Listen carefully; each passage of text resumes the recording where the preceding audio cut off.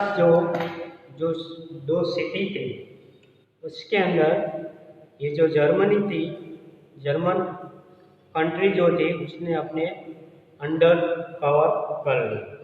तो उसका जो फ्रांस की जो ये डिस्ट्रिक्ट, फ्रेंच डिस्ट्रिक्ट के अंदर ये जो दोनों सिटी थी उसके अंदर ये सब बताता है राइटर कि उसको इसके हाथ में कंडक्ट कर ली।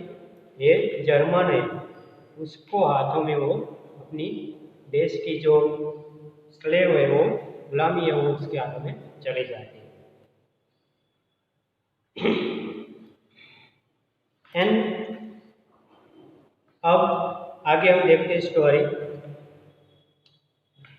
I started for school very late that morning and was in great dread of scolding, especially because Mr. Hamel had said that he would question us and participle, and I did not know the first word about them. या फिर dread का meaning क्या है? Great fear, okay? और scolding का meaning क्या है? Rebuking a person harshly, okay?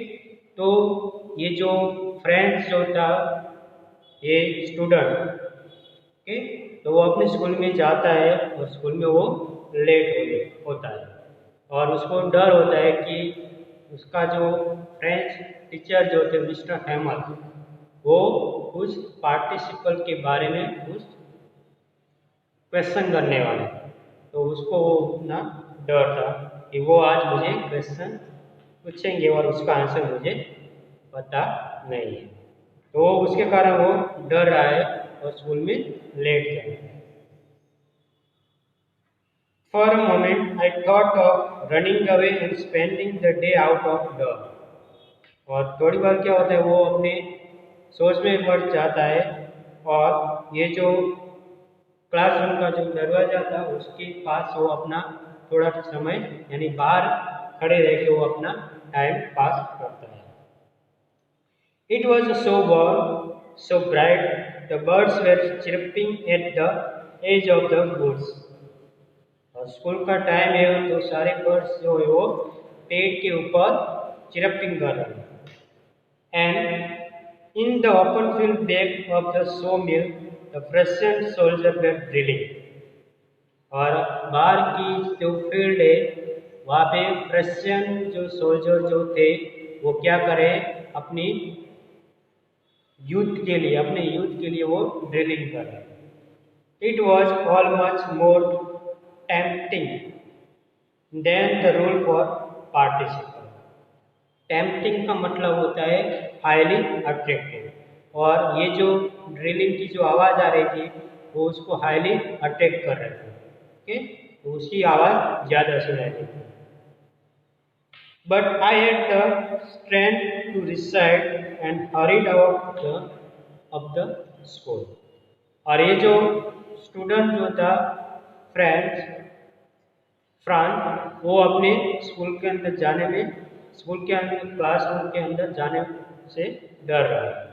और उसको किसकी आवाज़ ज़्यादा सुनाई देती है? ये ड्रिलिंग की। किससे ज़्यादा? ये जो पार्टिसिपल की जो सर बात कर रहे हैं, यानी स्कूल क्लासरूम के अंदर जो टीचिंग कर रहे हैं टीचर मिस्टर हैमर, उससे ज़्यादा उसको कौन सी आवाज़ सुना रही है? ये ड्रिलिंग। और वो इतना डिसाइड करता है, वो अपोज करता है और हरीड ऑफ द स्कूल, और क्विकली वो जब स्कूल खत्म होती है तुरंत ही वो स्कूल से चला जाता है। When I passed the town hall, there was a crowd in front of the bulletin board. For the last 2 years, all our babies had come from there.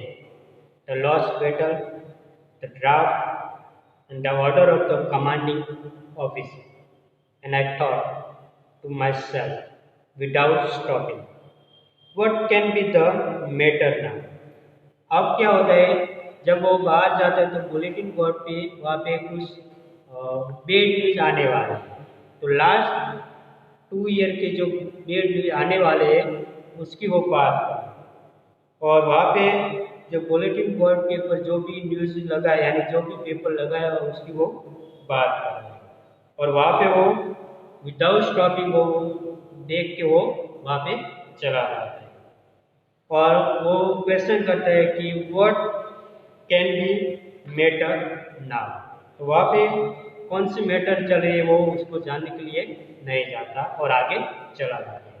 Then as I hurried by as fast as I could go, the blacksmith waiter who was there with his apprentice reading the bulletin called after me, don't go so fast, but you will get to your school in plenty of time। तो अब क्या होता है जब वो school जाने के लिए और उतना जल्दी होती है कि वो स्कूल जाने के लिए वो फास्ट चल रहा है। तो उस टाइम जो ब्लैक स्मिथ था उसका नाम था वेचर। तो वो देखता है और बोलता है कि आप इतनी जल्दी क्यों जाने स्कूल जाने की, आपको स्कूल में टाइम मिलेगा।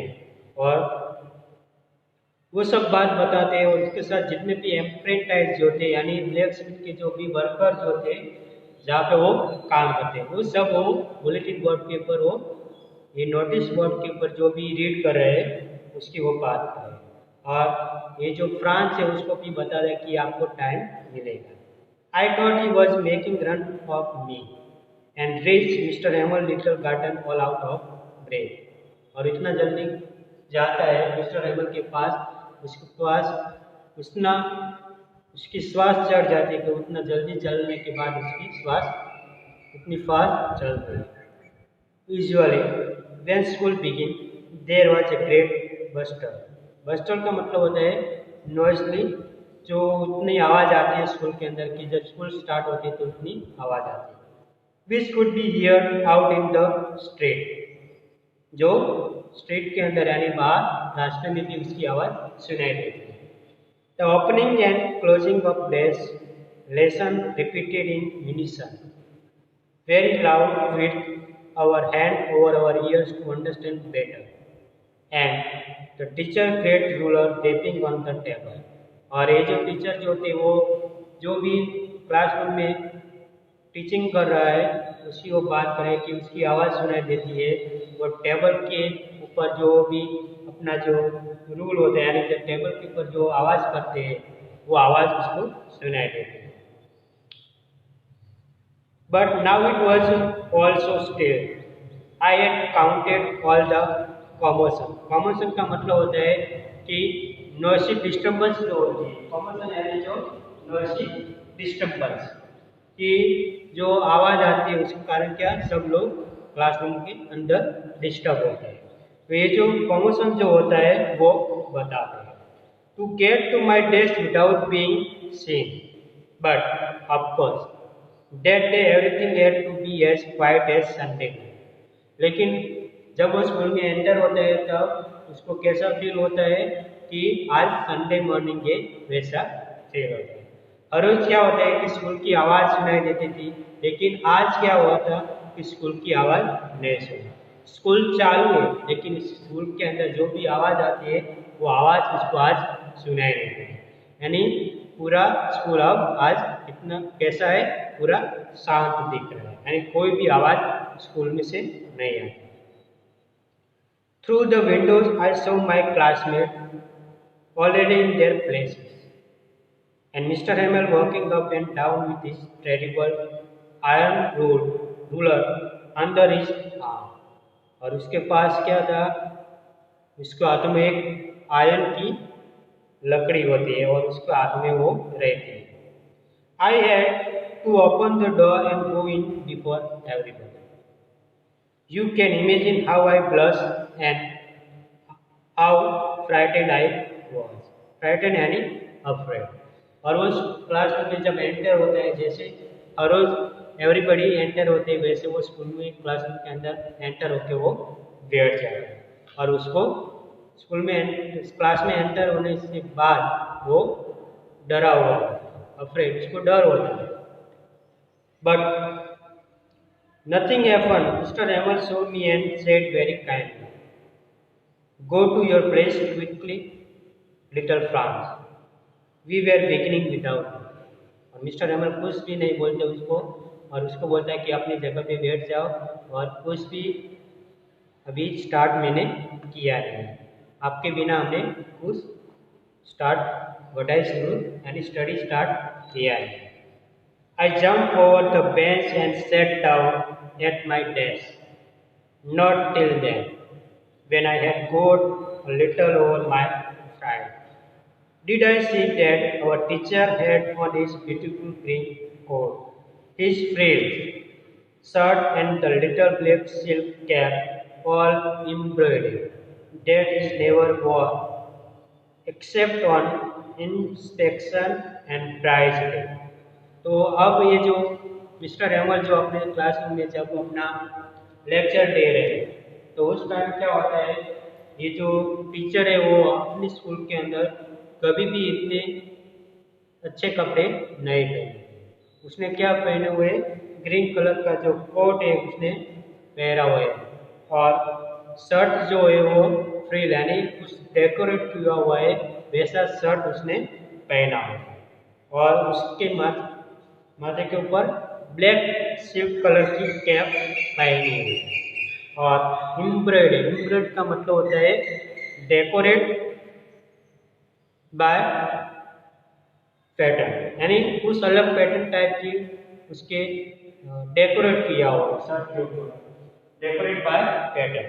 ठीक, तो उसने इसके शर्ट के ऊपर डेकोरेट किया हुआ है उस कुछ पैटर्न के टाइप से।